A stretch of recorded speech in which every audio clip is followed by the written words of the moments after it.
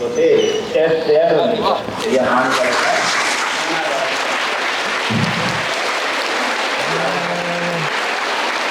Sir வாங்க sir.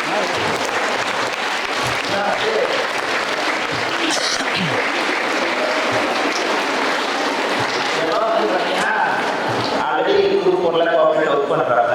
இதனால அவர் வந்து இந்த எஸ்ஐ மேலே பயங்கர இருக்காங்க. அதுக்காண்டி தொடர்ந்து பயங்கர போராட்டம்.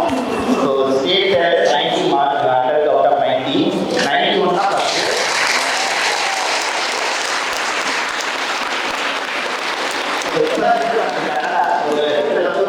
இருக்கும்.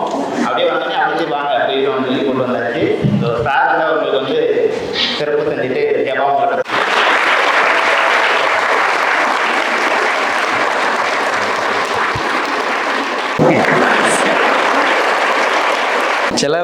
சில விஷயங்களை மட்டும் நான் சொல்லிடுறேன்.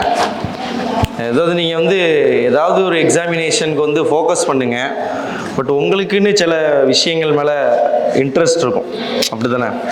அதை கரெக்டாக ஃபாலோ பண்ணி போங்க. நான் முறையாக வந்து இந்த இன்ஸ்டியூட்டில் வந்து படிக்கணும் அப்படின்ட்டு வந்ததுக்கு முக்கியமான காரணம் வந்து ராமச்சந்திரன் சார்னு ஒருத்தர் வந்து டிஎஸ்பியாக பாஸ் பண்ணியிருந்தார். இப்போ இந்த கட் அவுட் ஒன்று வச்சுருந்தாங்க. அப்போ சுகேஷ் சார் வந்து ராமச்சந்திரன் சாருக்கு வந்து ஒரு ஷால் போத்துற மாதிரி போட்டு காவல்துறை துணை கண்காணிப்பாளர் அப்படின்னு போட்டுருச்சு. எனக்கு இந்த சீட் ஒர்க்லாம் எனக்கு வந்து ஆஃபீஸில் பார்க்குற சீட் ஒர்க் இதெல்லாம் ரொம்ப பிடிக்காது. ஃபைல் எடுத்து வைக்கிறது, அது இது பண்ணுறது, எழுதிட்டே இருக்கிற ரெக்கார்ட் நோட் தூக்கிற மாதிரி தூக்கிட்டு இதெல்லாம் பிடிக்காது. அப்போ ராமச்சந்திரன் காவல்துறை துணை கண்காணிப்பாளர் அப்படின்னு போட்டிருந்தாங்க. அந்த பேர் வந்து ரொம்ப அட்ராக்டிவாக இருந்துச்சு. அப்போ தான் நினச்சேன்னா காவல்துறை துணை கண்காணிப்பாளர்லாம் நேரடியாக பணிக்கு போக முடியும் போல் அப்படின்ட்டு ஒரு இது இருந்துச்சு. ஸோ அதை தான் ஃபாலோ பண்ண ஆரம்பித்தேன். ஸோ எனக்கு வந்து நிறைய ஸ்டெப்ஸ் அதுக்கு தேவைப்பட்டுச்சு. ஏன்னா நம்ம போட்டித் தேர்வு காம்படிட்டிவ் எக்ஸாம் பொறுத்த வரைக்கும் ஒவ்வொருத்தருமே சேம் ட்ராக்லேருந்து ஓடுற மாதிரி இருக்காது. ஒவ்வொருத்தருக்கும் ஒவ்வொரு பின்புலத்துலேருந்து வரும். ரேஸ்லாம் பார்த்தீங்கன்னா ஒரே லைனில் நிற்க வச்சு ஓட விடுவாங்க.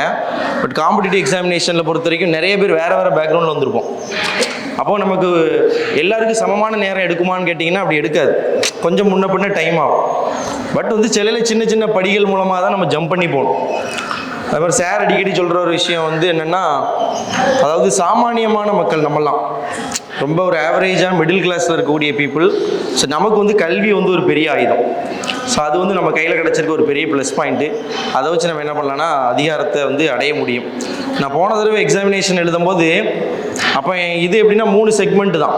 இன்டர்வியூ போஸ்ட் எல்லாமே உங்களுக்கு 3 ஸ்டேட்டாக வச்சுருப்பாங்க. ஒரு எக்ஸாமு, அடுத்தது பார்த்திங்க அப்படின்னா ஒரு ரிட்டன் போனதுக்கப்புறம் ஒரு ஃபிசிக்கல் அல்லது ஒரு டிஸ்கிரிப்டிவ் இல்லை ஒரு இன்டர்வியூ இருக்கும்.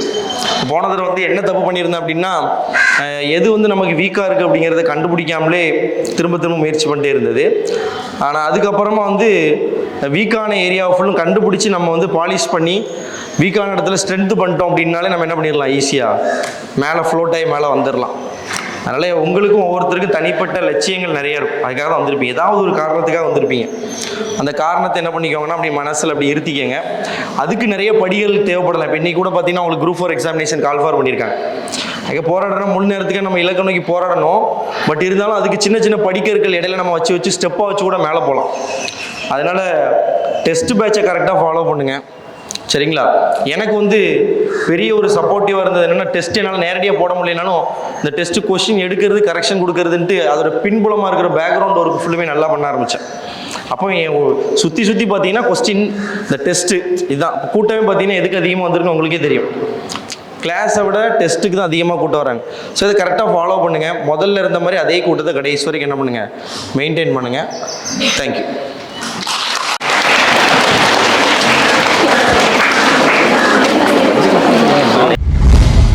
சுரேஷ் IAS அகாடமி, வெற்றியின் முகவரி.